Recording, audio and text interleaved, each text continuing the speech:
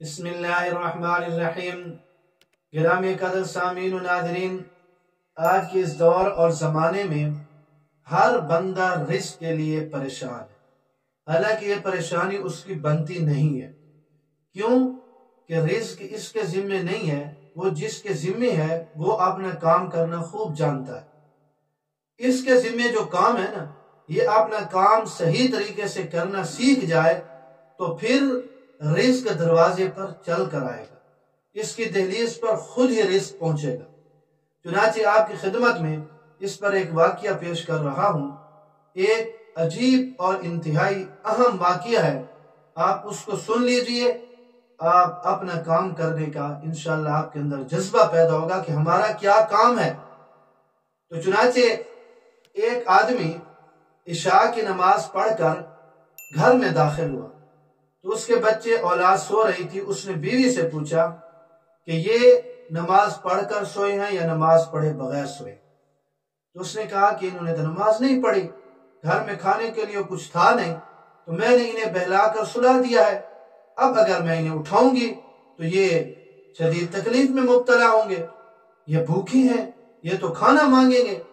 چنانچہ اس آدمی نے کہا کہ آپ انہیں اٹھا دیں، اور یہ جو رزق ہے نا، یہ جو کھانا ہے، یہ میرے ذمہ نہیں ہے۔ میرے ذمہ کام یہ ہے کہ میں انہیں نماز پڑھواؤں، میری ذمہ داری یہ ہے۔ چنانچہ اس نے سورہ طٰہٰ کی یہ آیت مبارکہ 132 پڑھی کہ وَأْمُرْ أَهْلَكَ بِالصَّلَاةِ وَاسْتَبِرْ عَلَيْهَا لَا نَسْأَلُكَ رِزْقًا نَحْنُ نَرْزُقُكَ وَالْعَاقِبَةُ لِلتَّقْوَىٰ، کہ آپ اپنے گھر والوں کو بھی نماز کا حکم دیجئے، وَاسْتَبِرْ عَلَيْهَا، اور اس پر پابندی کیجئے، سختی کے ساتھ ان سے نماز پڑھوائیے۔ ہم آپ سے رزق کا مطالبہ نہیں کرتے، اللہ رب العزت فرماتے ہیں نحن نرزقک، رزق ہم ہی نے آپ کو دینا ہے، والعاقبۃ للتقویٰ، اور اچھا انجام تقوی اختیار کرنے والوں کے۔ چنانچہ اس نے بچوں کو اٹھا دیا، وضو بنایا، انہوں نے نماز پڑھی۔ ابھی تک ان کی نماز مکمل نہیں ہوئی تھی کہ ایک آدمی دروازے پر آیا اور مختلف قسم کے لذیذ کھانے وہ لے کر کھڑا تھا۔ تو بچوں کے والد نے جب دروازے پر پہنچا اور دیکھا کہ یہ تو مختلف قسم کے کھانے لے کر آیا ہے، تو وہ آدمی کہنے لگا کہ میں ایک مالدار آدمی ہوں اور میں نے اپنا ایک مہمان بلوایا تھا شہر سے، اس کے ساتھ میرا کوئی کام تھا، تو چنانچہ میں نے اس کے لیے یہ سارے کھانے تیار کیے تھے، مختلف قسم کے لذیذ کھانے بنوائے تھے اس کے لیے۔ لیکن وہ کھانے سے پہلے ہی کوئی بات ہوئی جس پر ہماری بات بڑھتی گئی اور آپس میں جھگڑا اور اختلاف ہو گیا، اور اس نے قسم اٹھائی کہ میں یہ کھانا نہیں کھاؤں گا، اور وہ چلا گیا۔ تو اب یہ میں نے کھانا اٹھایا، اور میں نے بھی قسم اٹھائی تھی کہ میں یہ چلتا رہوں گا جب تک کہ میرے قدم نہ رک جائیں، میرے جہاں پر قدم رک گئے میں انہی کو دے دوں۔ اور اللہ کی قسم میں نہیں جانتا کہ کون سی چیز ہے جس نے میرے قدم یہاں آ کر جام کر دیا آپ کے دروازے پہ، میرے قدم یہاں آ کر جو ہے وہ رک گئے، یہ کون سی چیز ہے میں نہیں جانتا۔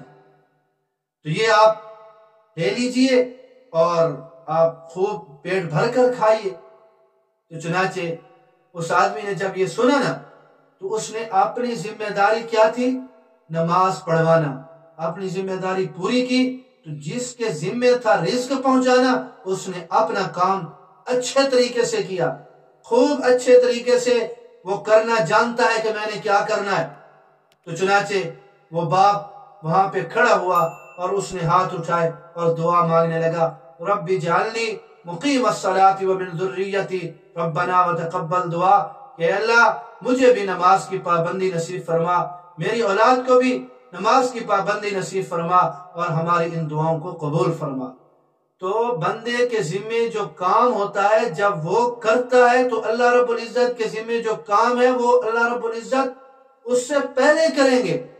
تو لہذا یہ ذہن بنا لیں، رزق کے لیے کبھی پریشان نہ ہو، رزق دروازے پر پہنچے گا، دہلیز تک آئے گا، ہمارے پیچھے بھاگے گا کہ ہم اپنا کام صحیح طریقے سے کرنا سیکھ جائیں، اور وہ کام ہے اللہ رب العزت کو راضی کرنا، اور ان میں اہم چیز ہے، بڑی عبادت کہ قیامت کے دن جس کے متعلق سب سے پہلے پوچھا جائے گا وہ ہے نماز۔ نماز کی پابندی ہم کریں، رزق کیسے پہنچے گا یہ ہم نے سوچنا بھی نہیں ہے، اس کے لیے پریشان بھی نہیں ہونا۔ وہ علیم بذات الصدور ذات خوب جانتی ہے کہ میں نے کیسے پہنچانا ہے۔ اللہ رب العزت مجھے اور آپ سب کو نمازوں کی پابندی نصیب فرمائے۔